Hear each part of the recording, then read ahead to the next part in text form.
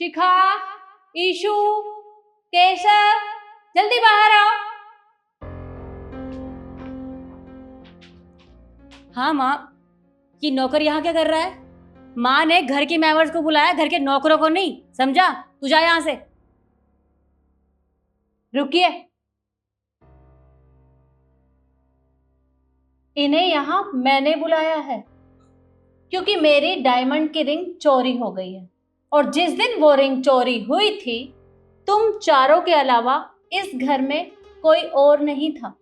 तो क्या तुम चारों मुझे बताओगे कि तुम चारों में से मेरी वो अंगूठी किसने चोरी की है? माँ, आप हमसे क्या पूछ रहे हो? चोरी हमने थोड़ी ना किया है। और वैसे भी जिसे पैसों की जरूरत होती है चोरी वही करता है, और नॉर्मल सी बात है, पैसों की जरूरत इस बुढ़े को होगी तो इसलिए चोरी कर ली होगी इसने। मुझसे लिखवा के ले लो, पक्का चोरी इसने किया है। बता, तूने किया है चोरी? बिल्कुल ठीक कहा शिखा तुमने। और माँ, आप एक बात बताइए कि जब भी आपसे पैसे मांगता था ना, आप इसे बिना कोई सवाल और जवाब करे पैसे दे देती थी। अरे इसने देख लिया होगा कि आप पैसे कहाँ रखती हैं। वैसे भी इन जैसे लोगों को ना मैं बहुत अच्छे तरीके से जानता हूँ। अरे ऐसे ही सबके घर में जगह बनाते हैं ये, जिस थाली में खाते हैं उसी में छेद करते हैं, चोर कहीं के। और माँ, क्या इसकी शक्ल देख रही हो? चोरी किया है इसने, पुलिस को बुलाओ, अभी दूध का दूध पानी का पानी हो जाएगा। मम्मी, शिखा बिल्कुल ठीक कह रही है।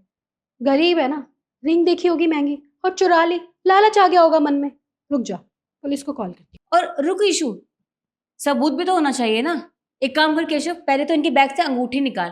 पूरा पूरा शक है कि बैग में ही अंगूठी है, देखना जरा। सही कह रही शिखा तू।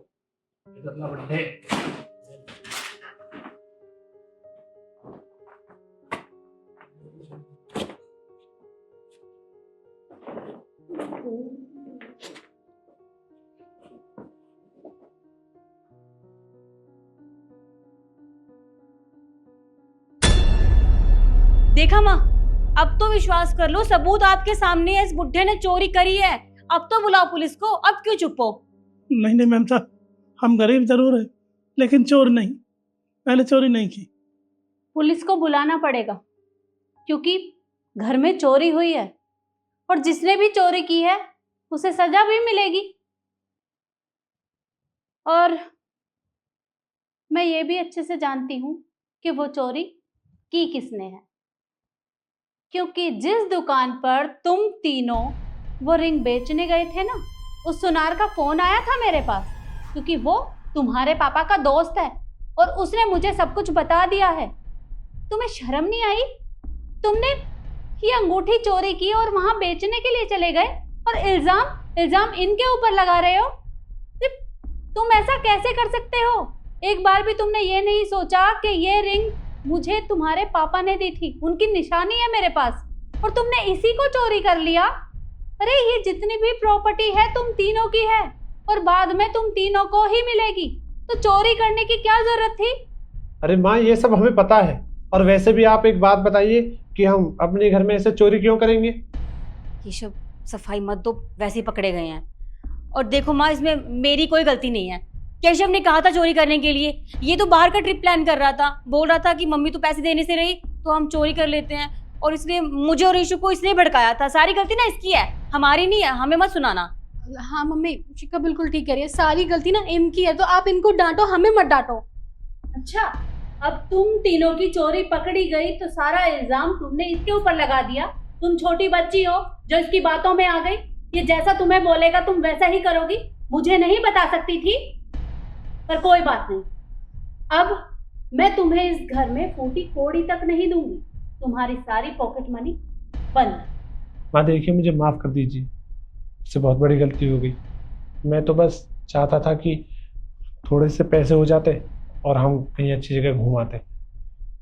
माँ ऐसा मत करो, ठीक है, हमसे गलती हो गई, दोबारा से नहीं करेंगे, लेकिन हमारी पॉकेट मनी तो बंद मत करो। हमारे खर्चे कौन उठाएगा? हम नहीं कर सकते काम।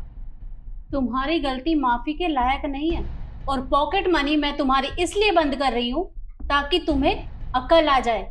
ये गलती तुम दोबारा ना करो, क्योंकि जब खुद कमाओगे तब तुम्हें पता चलेगा कि पैसे कमाना इतना आसान नहीं है।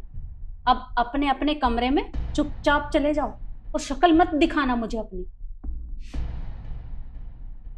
रुको।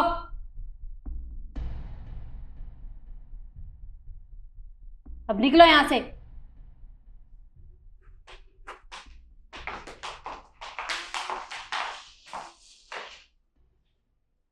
काका, अपने बच्चों की तरफ से मैं आपसे माफी मांगती हूँ।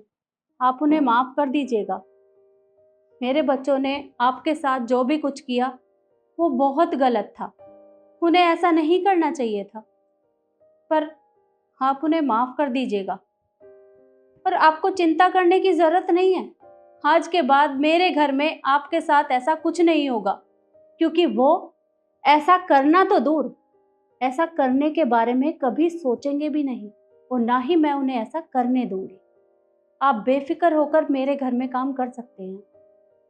आपका बहुत बहुत धन्यवाद मैम साहब। और मैं बताऊं आपको, मैं गरीब जरूर हूं मैम साहब, मैं चोर नहीं।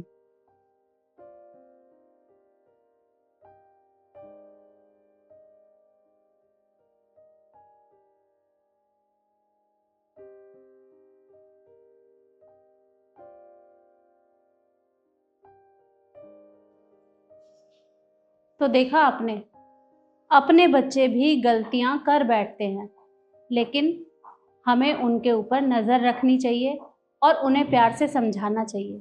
और अगर वो प्यार से नहीं मानते हैं तो हमें उन्हें डांट कर या किसी भी तरह से समझाना ज़रूर चाहिए, ताकि उन्हें अपनी गलती का एहसास हो सके। और वीडियो आपको कैसी लगी कमेंट में ज़रूर बताएं और ज़्यादा से ज़्यादा शेयर करें। धन्यवाद।